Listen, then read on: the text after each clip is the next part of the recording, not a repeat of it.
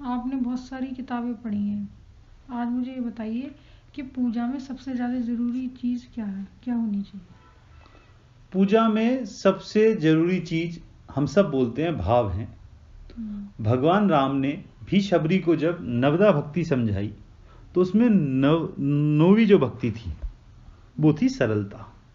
और भगवान ने कहा, नवम सरल सब सन छल हीना।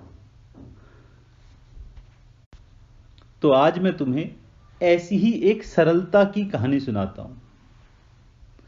यह कहानी है भील कणप की और एक मंदिर के आसपास की कहानी। भील कुमार कण्णप भील था, जानवर मार के खाता, पानी पीता, फल खाता, कभी कभी शहद मिल जाए तो मधुमक्खी का छत्ता तोड़कर शहद पी के प्रसन्न रहता। किंतु वो भगवान की पूजा करना चाहता था। भगवान की कथाएं सुनकर या भगवान के लिए उसके मन में आसक्ति थी। एक बार वो आखेट करता करता जंगल में काफी अंदर तक आ गया। तो वहां उसने देखा कि जंगल के बीच में शंकर जी का एक मंदिर है। वो मंदिर में गया और वहां शिवलिंग को देखकर उसके मन में बहुत अच्छे विचार आए। वो शिवलिंग किसी शिल्पकार ने इस तरह से बनवाई हुई थी कि उस शिवलिंग के आंखें भी बनाई हुई थी। वो बड़ा प्रसन्न हुआ मूर्ति को देख के। तो उसके मन में विचार आया कि क्यों ना इस मूर्ति की पूजा करूं। अब वो पूजा करना तो चाहता था बट पूजा पद्धति जानता बिल्कुल नहीं था। तो उसने सोचा कि पूजा कैसे करूं। तो जो पदार्थ उसको खुद प्रिय लगते थे उसने सोचा मैं वही सब पदार्थ लाके इनकी पूजा करूं। उसने अपना धनुष कंधे पर लगाया जिससे वो शिकार करता था और वहीं से कुछ पत्ते तोड़कर उन पत्तों में उसने शहद भर लिया। एक छत्ता तोड़ा, उसका शहद निकाल के उस पत्ते का दोना बनाया, उसमें भर लिया। एक जानवर जो उसने मारा था उसका मांस दूसरे दोने में रख लिया। और उसके बाद उसने सोचा कि अब शिवलिंग का अभिषेक कैसे करूं, मेरे तो दोनों हाथों में ही आ गया। थोड़ी देर के लिए उसने शहद को नीचे रखा और अपने नदी में गया और थोड़ा सा मुंह में पानी भर लिया कि इस पानी से मैं भगवान की शिवलिंग का अभिषेक करूंगा।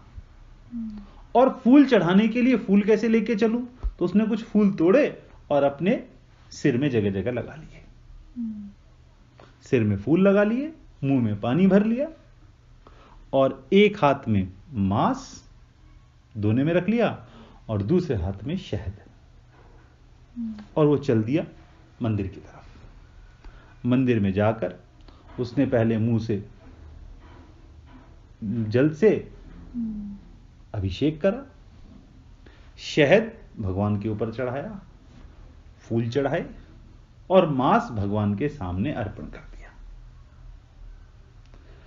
करने के बाद उसके मन में इच्छा हुई कि अब पूजा तो मैंने कर ली, कहीं ऐसा ना हो कि कोई इस जंगल में जानवर आ जाए और इस मूर्ति को तोड़ दे या कोई इसको यहां कुछ गंदगी कर जाए अजीब सा। जो उसने करा उसको उसमें कहीं कोई गंदगी नहीं लगती थी क्योंकि उसको खुद अच्छा लगता था खाना। अपने प्रिय प्रिय पदार्थ, चाहे वो शहद हो चाहे वो मांस हो, वो सब लाया, फूल भी लाया, बालों के फूल भी उसने चढ़ा दिए थे। रात भर वहीं बैठा रहा कि कोई इस मूर्ति को, शिवलिंग को आके खराब ना कर दे। सुबह उठा और अपने रात भर वहीं उसने पहरा दिया। सुबह उठा और उठ के वापस जंगल में गया ताकि फिर से ये सामग्री एकत्रित करके लाए। जब वो जंगल में गया शिकार करने के लिए और बाकी सामग्री एकत्रित करने के लिए, उसी समय एक ब्राह्मण जिनका रोज सुबह का नियम था वो मंदिर में पूजा करने के लिए आते थे, वो आए। उन्होंने देखा मंदिर तो गंदा हो रखा है, मांस चढ़ा रखा है, शहद पड़ा है, फूल भी पड़े हैं चिपके हुए। उन्हें लगा कि किसने मंदिर गंदा कर दिया। उन्होंने जल से मंदिर सारा धोया, साफ करा और साफ करने के बाद पूजा करके चले गए।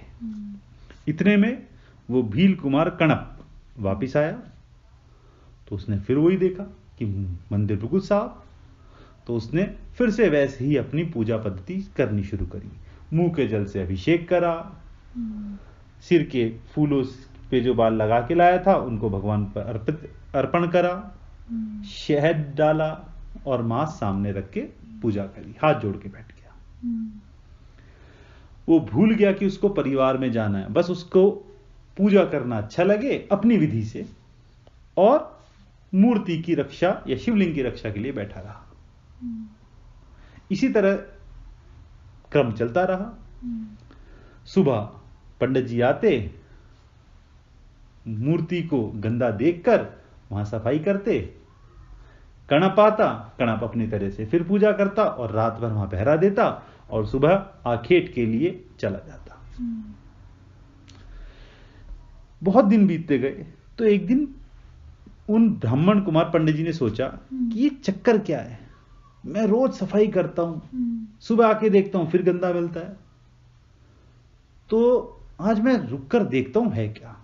उन्होंने मंदिर साफ करा और साफ करके वो वहीं पेड़ के पीछे छुप के बैठ गए कि आज देखता हूं मंदिर में होता क्या है। थोड़ी देर बैठे रहे तो तभी उन्होंने देखा एक लंबा चौड़ा भील, एक हाथ में शहद का दोना, एक हाथ में मांस और कंधे पे धनुष, सिर पर कुछ फूल लगा के और मुंह में पानी भर के आया और उसने अपने तरीके से पूजा करनी शुरू करी। पंडित जी उसको देख के डर गए। धनुष उसके पास था, तीर उसके पास थे कि अगर मैंने इसको कुछ कहा तो ये मेरे प्राण ले लेगा। पंडित जी देख ही रहे थे, तभी वो जो शिवलिंग पर जो दो आंखें बनी हुई थी उनमें से एक आंख से खून आना शुरू हो गया। कणप ने जब देखा कि एक आंख से खून आ रहा है तो बड़ा परेशान, उसको कुछ समझ नहीं आया। वो भाग के जंगल में गया और बहुत सारी जड़ी बूटियां और पत्तियां तोड़ के ले आया और उनको फटाफट हाथ से रगड़ने लगा और रगड़ के उनका रस जिस मूर्ति जिस आंख से खून आ रहा था उस पर लगाने लगा ताकि ये खून आना बंद हो जाए। किंतु खून आना बंद नहीं हुआ। वो बड़ा परेशान, उदास कि हो क्या गया, मूर्ति से की आंखों से खून क्यों आ रहा है एक आंख से। बड़ा परेशान।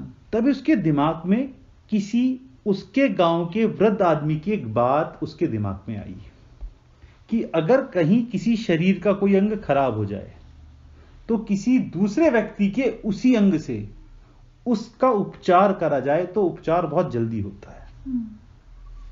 जैसे ही उसके मन में विचार आया तो उसको लगा कि अगर मैं अपनी एक आंख शंकर जी की शिवलिंग की आंख पे लगा दूंगा तो इनकी आंख ठीक हो जाएगी। उसने अपना तीर निकाला, अपनी आंख में घुसाया और आंख निकाल के एक हाथ में अपनी आंख ली और भगवान शंकर की जिस आंख से, मूर्ति की जिस आंख से खून आ रहा था वहां दबा दिया।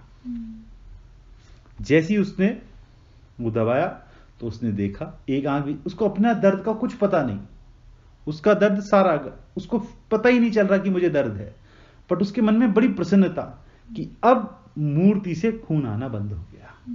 वो बड़ा प्रसन्न। तभी